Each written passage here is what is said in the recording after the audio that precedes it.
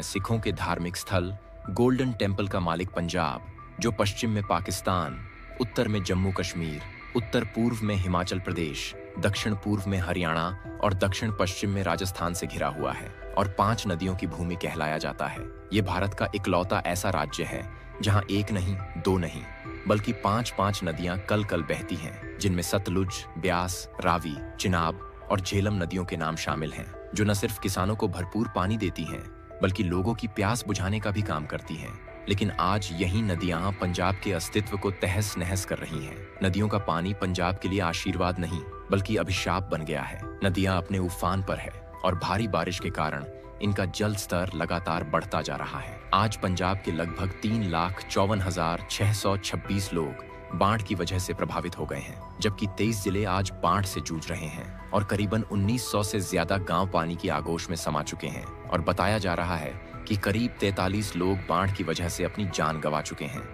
यानी इस समय पंजाब के हालात इतने खराब हैं कि छोटे मोटे घरों से लेकर बड़ी बड़ी बिल्डिंग्स तक पानी में समा चुकी हैं। कई परिवार पानी में तैरते हुए किसी सुरक्षित स्थान की तलाश में भटक रहे हैं। गाय, भैंसे, कुत्ते, कई जीव जंतुओं की जिंदगी खतरे में पड़ गई है। इन्हीं गंभीर हालात को देखते हुए राज्य सरकार ने पूरे प्रदेश को आपदा प्रभावित घोषित कर दिया है और रेस्क्यू टीमें लोगों की जान बचाने के लिए दिन रात काम कर रही हैं। नाव से उन्हें सेफ जगह पर पहुंचाया जा रहा है और अब तक करीब 19,500 से ज्यादा लोगों को सुरक्षित इलाकों तक पहुंचाया जा चुका है, जबकि सभी स्कूल कॉलेजेस को 7 सितंबर तक बंद रखने का आदेश भी दिया गया है, क्योंकि पंजाब की इस बाढ़ को अब तक की सबसे भीषण बाढ़ बताया जा रहा है, जिसमें बड़े बड़े और सालों से टिके हुए घर भी मिट्टी के ढेर की तरह बहे जा रहे हैं। जी हां, रायकोट के अग्रवाल मोहल्ले में गर्ग परिवार की 100 साल पुरानी 2 मंजिला हवेली गिर गई है, लेकिन हवेली में अकेली रह रही बुजुर्ग महिला को लोगों ने वक्त रहते बाहर निकाल लिया गया और इनकी जान जाने से बच गई। लेकिन इस भारी बारिश और बाढ़ में 43 लोगों की जान जा चुकी है, जबकि 3 लोग लापता हो गए हैं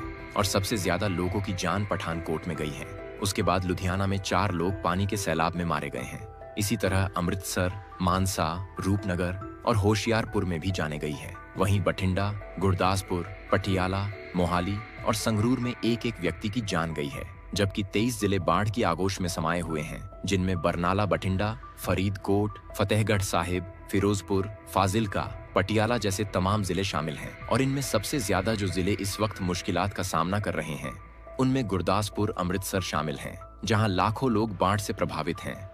अमृतसर के 135, बरनाला के 134 और होशियारपुर के 119 गांव पूरी तरह से जलमग्न हो गए हैं। हालांकि बचाव कार्य जारी है, लेकिन भारी तबाही से जनजीवन पूरी तरह से अस्त व्यस्त हो गया है और ये सब हुआ भारी बारिश और बांधों से पानी छोड़ने के कारण। भाखड़ा डैम से पानी छोड़ने के बाद सतलुज नदी का जलस्तर काफी बढ़ गया, जिससे मोगा जिले के 3 गांव संघेड़ा, कुंबा खुर्द और सुरेवाला पानी की चपेट में आ गए। रिपोर्ट्स बताती हैं कि इन गांवों के लगभग 250 घर जलमग्न हो गए हैं। हालांकि शुरुआत में पानी का ये स्तर नॉर्मल था, लेकिन फिर मूसलाधार बारिश की वजह से सतलुज नदी का लेवल इतना ज्यादा बढ़ता चला गया कि लोगों के घरों में 5-6 फीट तक पानी भर गया और फसलें भी पूरी तरह से बर्बाद हो गई। फिलहाल 3.75 लाख एकड़ कृषि भूमि, खासकर धान के खेत, पानी में डूबे हुए हैं, जिससे फसलें तहस नहस हो गई हैं और पशुधन को भी बहुत नुकसान पहुंचा है, जिससे ग्रामीण परिवार की आजीविका बुरी तरह से प्रभावित हो गई है।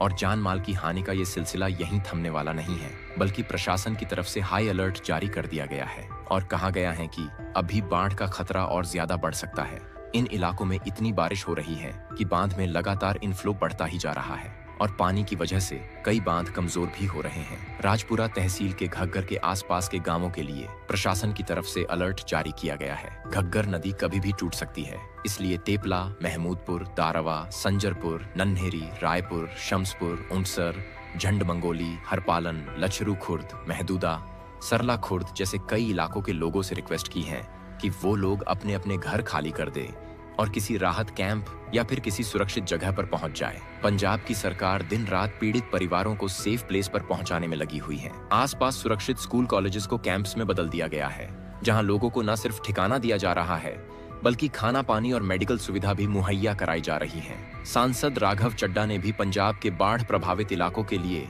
MPLIDS से 3.25 करोड़ रुपए जुटाए हैं। इनमें से 2.75 करोड़ रुपए गुरदासपुर में बाढ़, सुरक्षा बांधों की मरम्मत और मजबूती के लिए और 50 लाख अमृतसर में पुनर्वास कार्यों के लिए खर्च किए जा रहे हैं। राघव चड्ढा ने न सिर्फ बाढ़ में अपनी जान गंवाने वाले लोगों के लिए प्रार्थना और शोक संवेदना व्यक्त की है, बल्कि भारतीय सेना, एनडीआरएफ, बीएसएफ, पंजाब पुलिस, अधिकारी, डॉक्टर, एनजीओ, सिविल सोसाइटी और युवाओं को विशेष धन्यवाद भी दिया है, जो अपनी जान पर खेलकर लोगों की जान बचा रहे हैं और जिलों गांव में मदद पहुंचा रहे हैं। अमृतसर से भी कई परिवारों को सेफ ठिकाने तक पहुंचाया